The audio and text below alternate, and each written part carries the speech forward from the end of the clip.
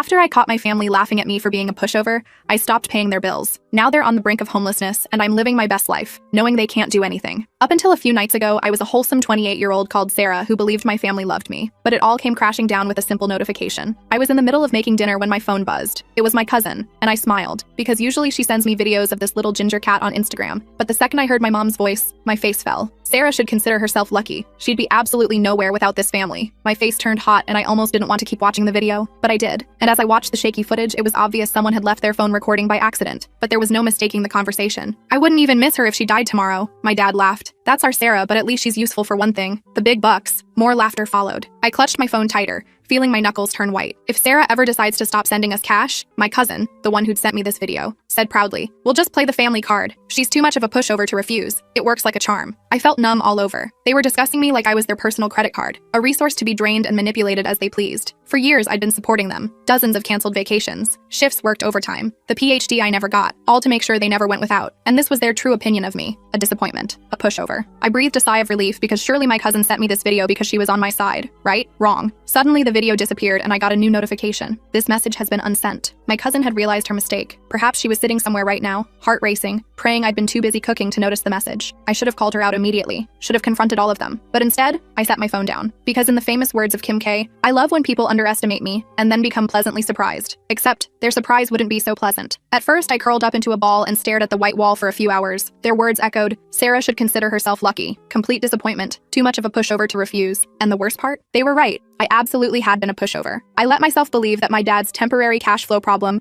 somehow lasted 5 years and resulted in me paying his mortgage for all 5 of those years. My brother's college expenses, which he abandoned after 2 semesters, leaving me with the debt. My mom's constant emergencies that mysteriously aligned with my paydays. The family vacations I funded but couldn't attend because I was working extra shifts to cover their expenses. I'd always done it without question because that's what family does, right? But that single video destroyed every illusion I'd carefully constructed to make myself feel better about being used. And now I had the upper hand because they thought they'd gotten away with it. And their next payment was due in a few days. But this time, things would be different. The following morning, everything felt off. The sunlight filtering through my blinds was the same. My coffee tasted normal, but I felt like I was watching my life from a distance. It was as if I'd been living in a hazy dream and had suddenly woken up to reality. My phone buzzed with a text from my mom. "Morning, honey. Just checking in. Hope you're well." I stared at her message. Too normal. She never texted just to check in. Had I really never noticed this pattern before? Sure enough, minutes later. "Oh, by the way, rent's due soon. Can you transfer it by Thursday? Love you, BTW." There it was, the familiar pattern, but I wasn't playing along anymore. The love you at the end felt especially hollow now, just another manipulation tactic. Muscle memory kicked in, and I started to type my usual, "of course," or "no problem" response, maybe even apologize for taking too long. But instead, I deleted everything and simply replied, "I can't this month." I set my phone down and waited, heart pounding in my chest. 4 simple words that I'd never dared to say before. 1 minute passed, then 2 more. "What do you mean you can't?" I could sense her frustration through the screen. I'd never refused before, not once in all these years. I didn't respond right away. I savored my coffee, letting her stew in uncertainty. More messages came flooding in. "Sarah, this is serious. We're counting on you. You know we don't have other options right now." Then my cousin chimed in. "Hey girl, your mom's freaking out. Everything okay?" I nearly laughed. Is everything okay? Everything was perfect, because I decided I deserved to take my life back. I took a deep breath and replied, "I have some unexpected expenses this month. Can't send anything," followed by a shrug emoji. No lengthy explanation, no apology. The silence that followed told me everything I needed to know. For the first time in years, I'd said no, and they didn't know how to respond. My mom was obviously struggling to find the perfect manipulation tactic, but I, for one, wasn't having that problem. I knew exactly how I was going to get her. I knew all I had to do was play the long game. Finally, her response arrived. "Sarah, what do you mean unexpected expenses? What could possibly be more important than your family?" There was the guilt trip,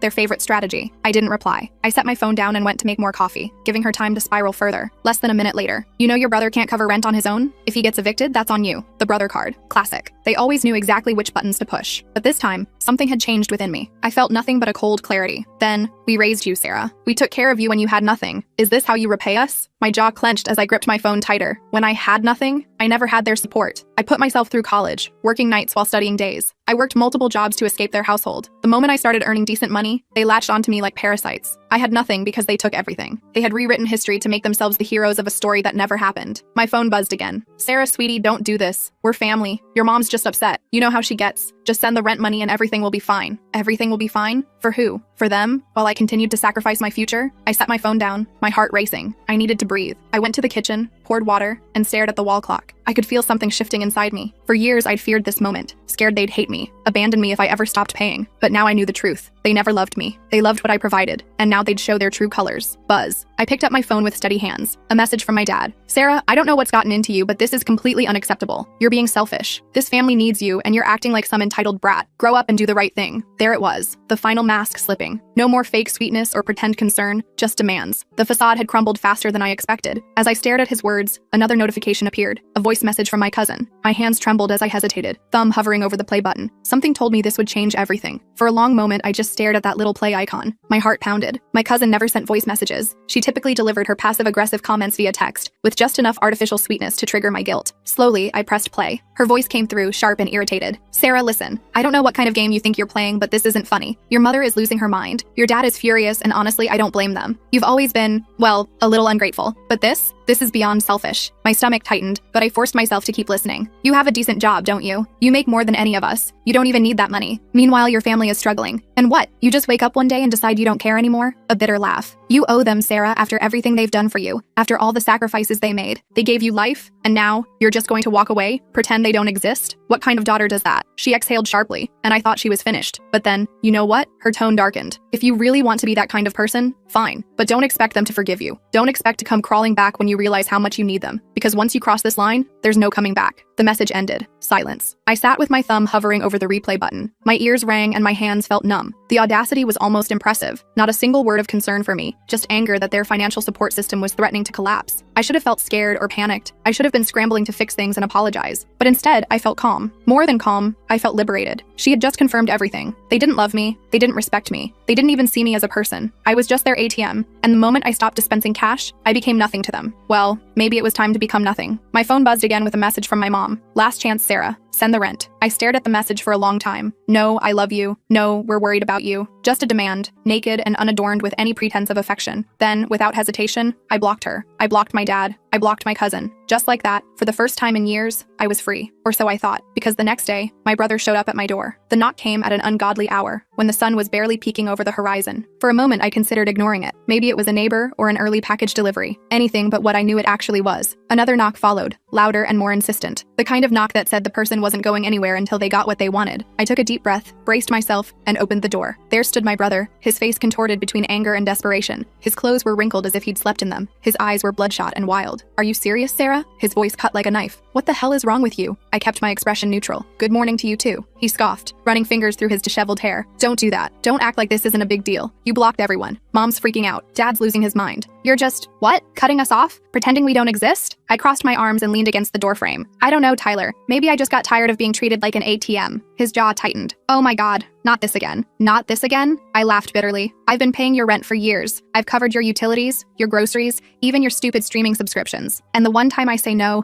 the one time I set a boundary, Mom calls me selfish, Dad says I'm unacceptable, and you show up at my door like I've committed some crime. His mouth opened like he wanted to argue, but no words came out. So I continued. And don't even try to pretend you care about me. I saw the video. His face went pale. Real fear flashed in his eyes. What video? I smiled coldly. You know exactly what video. Tyler shifted uncomfortably, looking away. Look, it wasn't serious, okay? We were just joking. You're being dramatic. Joking? My voice was quiet but razor sharp. You all sat around laughing, calling me a pathetic failure, saying I should be grateful for the privilege of paying your bills. Do you know what that feels like, Tyler? To hear your own family talk about you like that? He exhaled harshly, rubbing his face. Sarah, come on. No, you come on. You want money? Get a job? You want someone to take care of you? Find someone else because I'm done. Silence hung between us. For a moment, something raw flickered across his face, but it vanished quickly. You don't mean that, he muttered. I held his gaze. Yes, I do. Another pause. Then his expression hardened, twisting into something ugly. Fine, he spat. You want to be a selfish bitch? Go ahead, but don't come crawling back when you realize you have no one left. And with that, he turned and stormed off, slamming his car door before speeding away. I stood watching him go, chest tight but spine straight, because he was wrong. I did have someone left. I had myself, and for the first time in years, that felt like enough. As I closed the door, my phone buzzed again. My mother's name flashed on the screen, but I wouldn't answer. Not this time. I'd been at her mercy too long. Her demands, her guilt trips, the way she'd weaponized my sense of responsibility against me,